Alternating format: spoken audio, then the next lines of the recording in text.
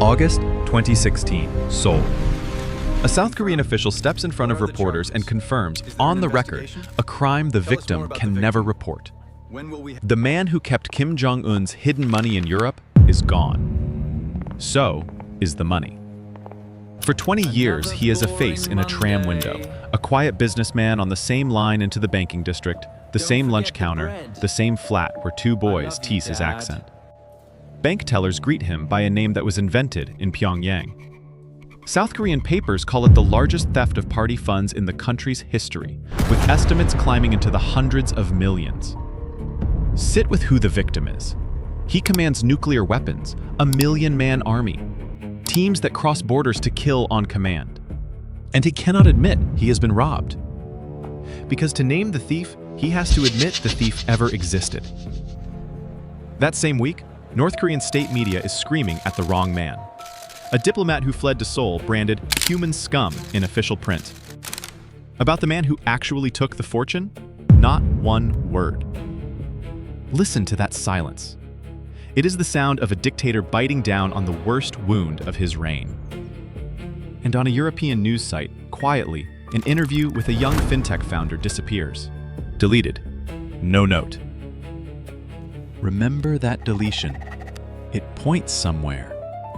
So how does one man end up holding the keys to a dictator's secret fortune, rob the one state that finds everyone, and simply walk away?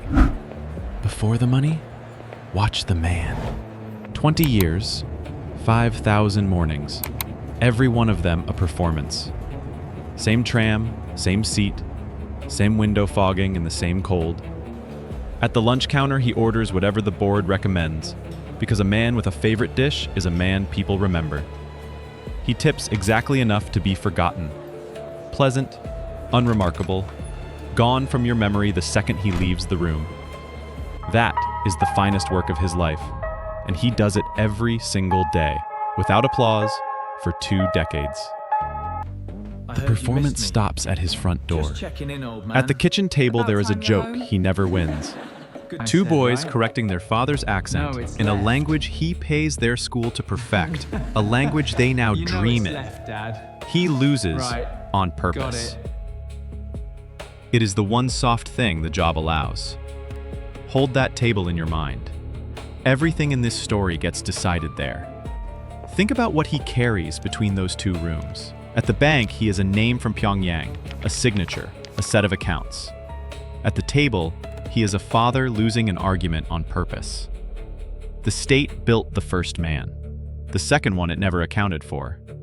Now look at the same man from inside the North Korean missions in Europe. Ambassadors, men who outrank him on paper, lower their heads to an accountant. South Korea's press gives him a title, Director General of the Europe Division. Behind his back, they call him something else. The retired king. No throne, no portrait on any wall. Just the only power that matters on the continent. Every hidden account answers to his signature, and his alone, 1 pen. His. And he has held it for 20 years. That number should stop you. North Korean diplomats rotate home every 3 years, by design, so no one grows roots, so no one gets comfortable enough to think. He does not rotate. Embassy faces change around him while he learns which bank managers ask questions, which lobbies keep their cameras running, which teller remembers a face, and which one never will. Every year he stays, he becomes harder to replace and more dangerous to keep. And the whole arrangement rests on one thing the state believes it controls completely: his sons. Boys with a homeland they have never seen, grandparents they have never met, and a life the regime can reach any time it chooses. So here is the first quiet impossibility. The most paranoid state on earth takes its most dangerous secret, the leader's money, and hands it to one man. For 2 decades. Alone. Who do you trust with a bank that runs on gym bags? Start with the bank itself. Its name is built to bore you to sleep. Office 39. Bureau 39 of the Workers' Party. In 2010, the US Treasury put it on a sanctions list and described what it does in plain language. It manages slush funds and raises revenue for the North Korean leadership. Analysts put what it pulls in at close to $1 billion a year. Daesung Bank, Daesung General Trading, front companies, overseas accounts, names borrowed from people who do not exist. All of it feeding one family's private fortune, which some estimates place as high as $5 billion, scattered across accounts in other people's names in Austria, Switzerland, Singapore, and half a dozen countries more. Here is the part that matters. Money like this cannot move the way yours does.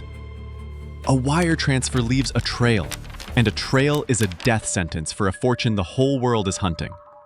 So it moves the old way, by hand.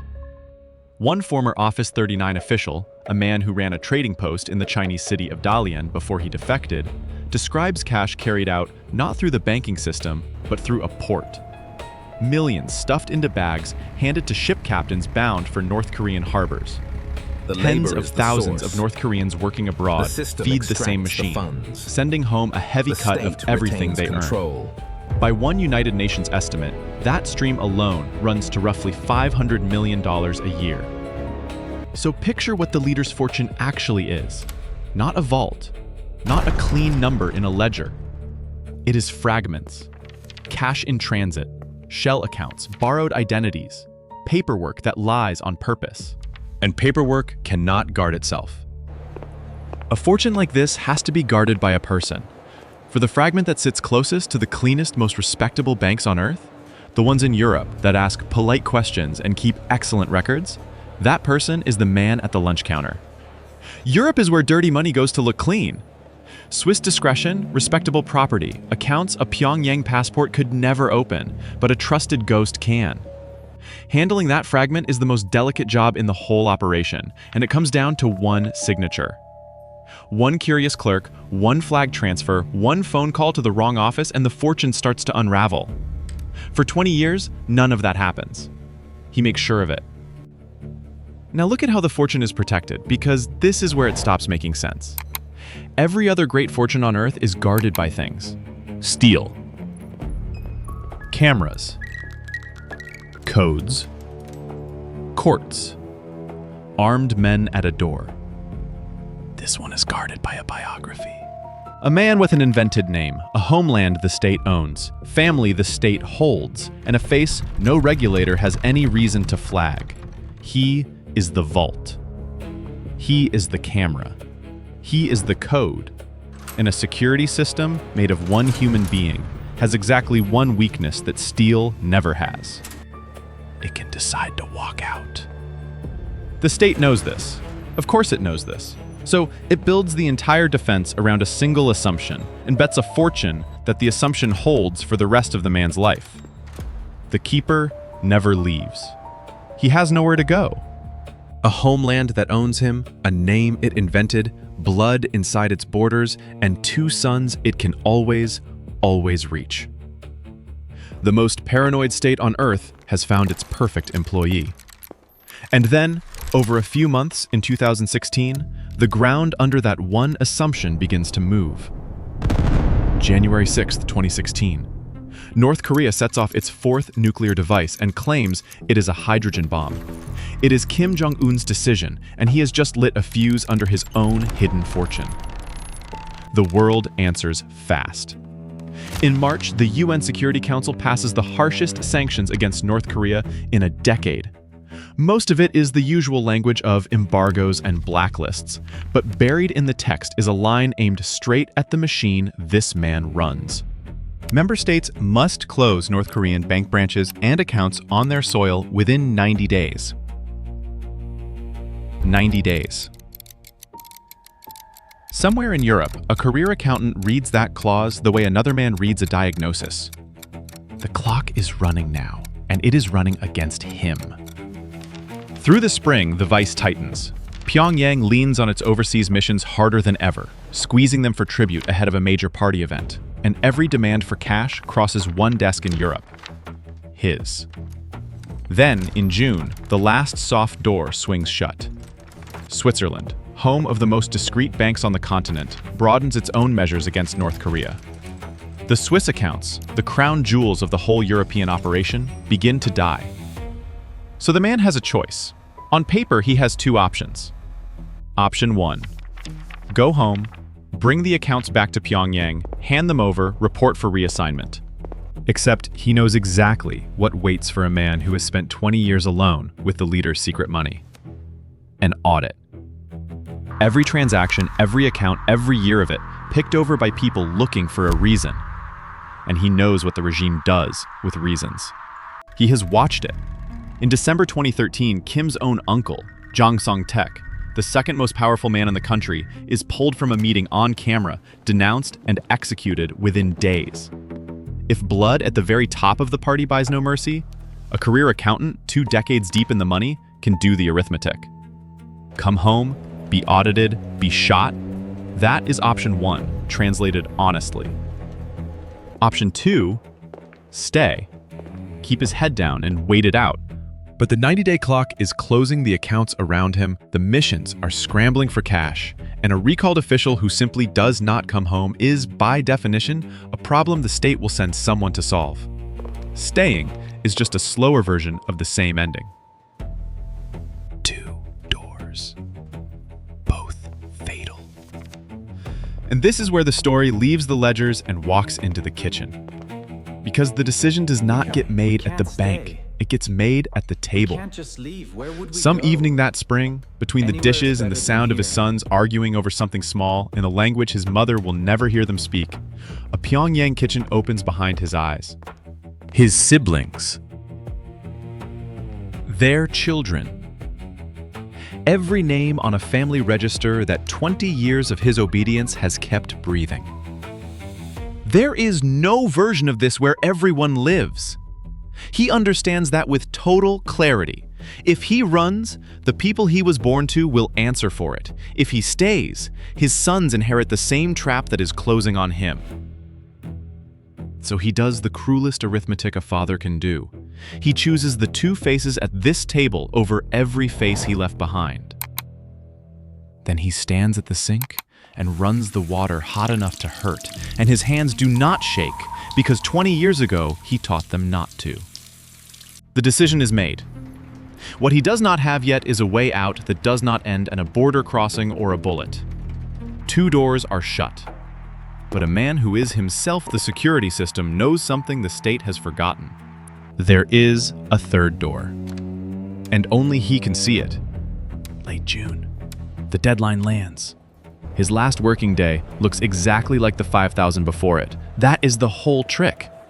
The trainman to the banking district, the marble lobby, the teller's practiced smile. A quiet, unremarkable man signs paper the way he has signed it for 20 years.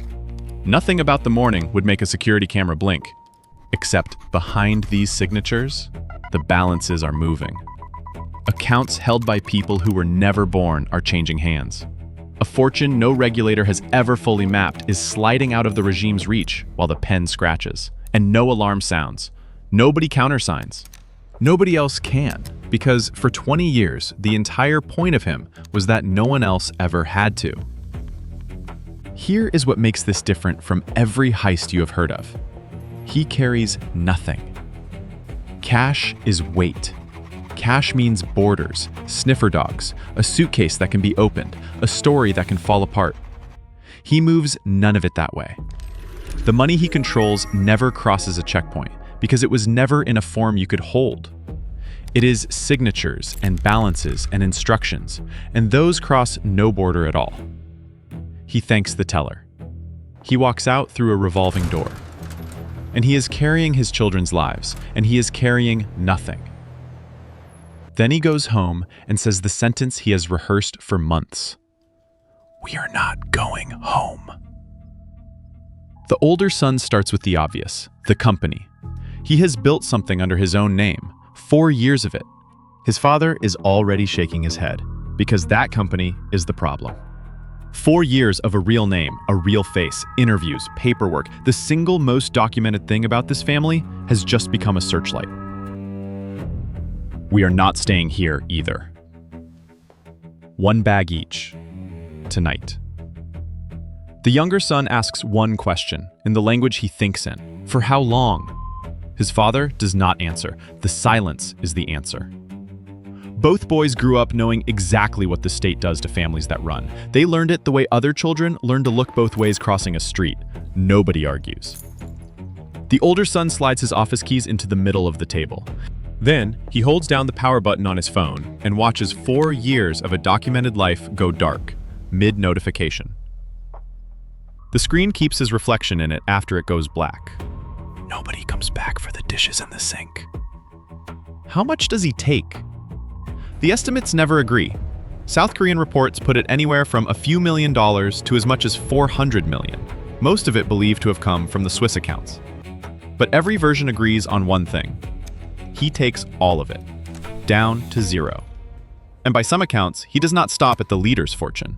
He takes the operating money too, the cash that keeps the embassies lit and the cars running, and leaves missions across Europe scrambling to cover their own rent. Then, he does the hardest thing last. He takes both sons on the same night, which triples the risk of the most dangerous escape on Earth. He does it anyway. 2 months later, the reason is written down in Pyongyang's own hand. On August 23, 2016, North Korea issues an order. Every overseas diplomat's adult child, everyone 25 and older, must return home. South Korea's intelligence service reports it to lawmakers as exactly what it is, an effort to stop the elite from running. That order is a confession. The doctrine behind it is old and documented. A United Nations inquiry laid it out in 2014. The children stay reachable so the parents stay loyal.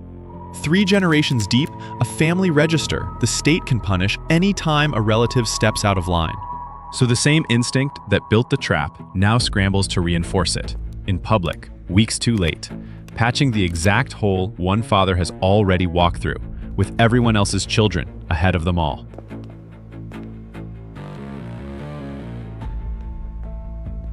And the regime wakes up holding the wrong hostages. It still has his blood back home to punish. What it does not have is a single person who can bring the money back, or even say where it sleeps. So the hunt begins, and it begins off the books. There is no wanted notice. There is no arrest request to any foreign police force because filing one means admitting the fortune existed in the first place. Instead, the machine sends people. Special operatives move in. Across the continent, North Korea's entire diplomatic corps is quietly turned into a search apparatus. Every mission he once funded, now a listening post, aimed at its own paymaster. A source inside that effort later tells South Korean press the regime is hunting him with bloodshot eyes. And it is hunting completely blind. He knows this hunt from the inside because for 20 years, he was the kind of man who would have helped run it.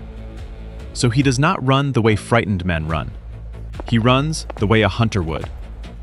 Picture an afternoon, a mid-sized city, chosen precisely because nothing in it draws anyone from home. Father and older son crossing a public square with groceries. And then it comes, drifting over the stones behind them. Korean. 2 syllables of home. He does not turn. Turning is what guilty men do.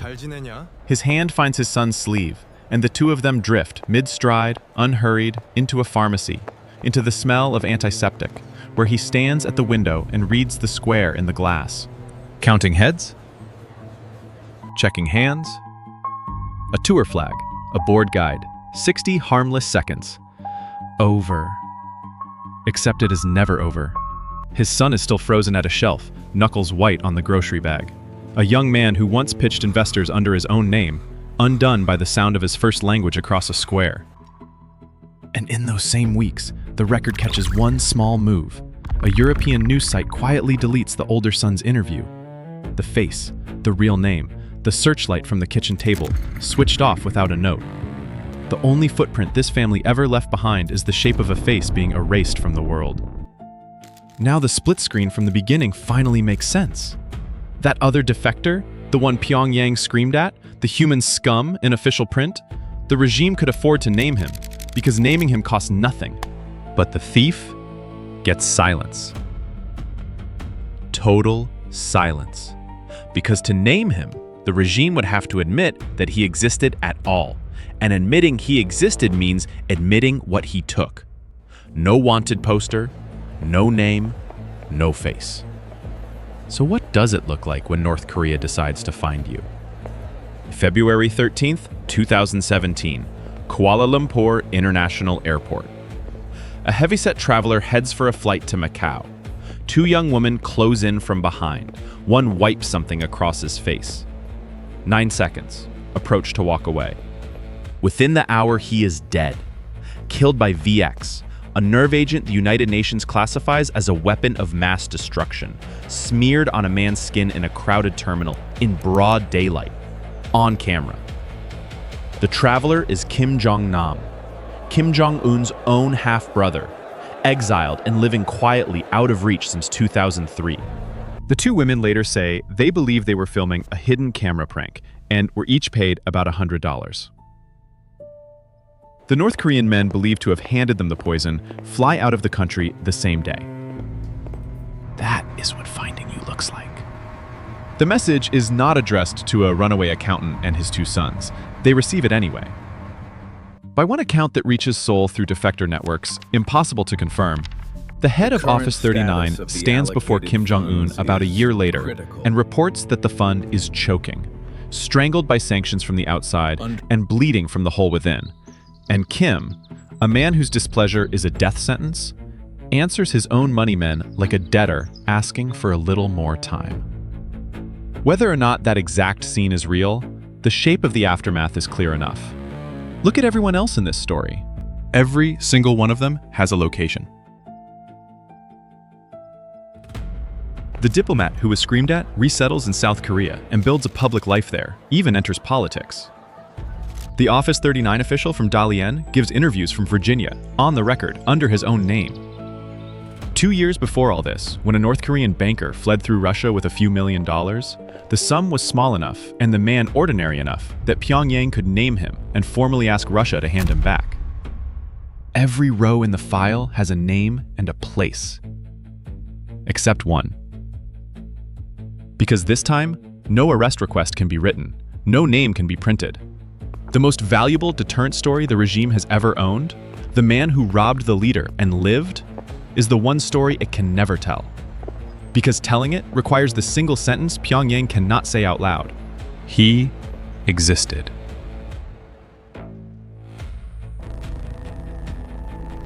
Nine years on, run the file backward and see what is actually in it. No confirmed sighting. No arrest on any public record. No extradition request. No photograph. No real name ever established. The only handle the world ever got is a pseudonym, flagged as false the day it was printed. Kim Jong-un did not lose his money to a thief. He spent 20 years building one. Erasing a name, staffing accounts with people who were never born, manufacturing a ghost. And he called the finished product security. Somewhere tonight, a father and two sons eat dinner under names no newspaper will ever print. 3 plates. The younger one orders in the language he dreams in, and it is not Korean. The question at that table was never whether the machine is still looking. It is how long it is willing to wait.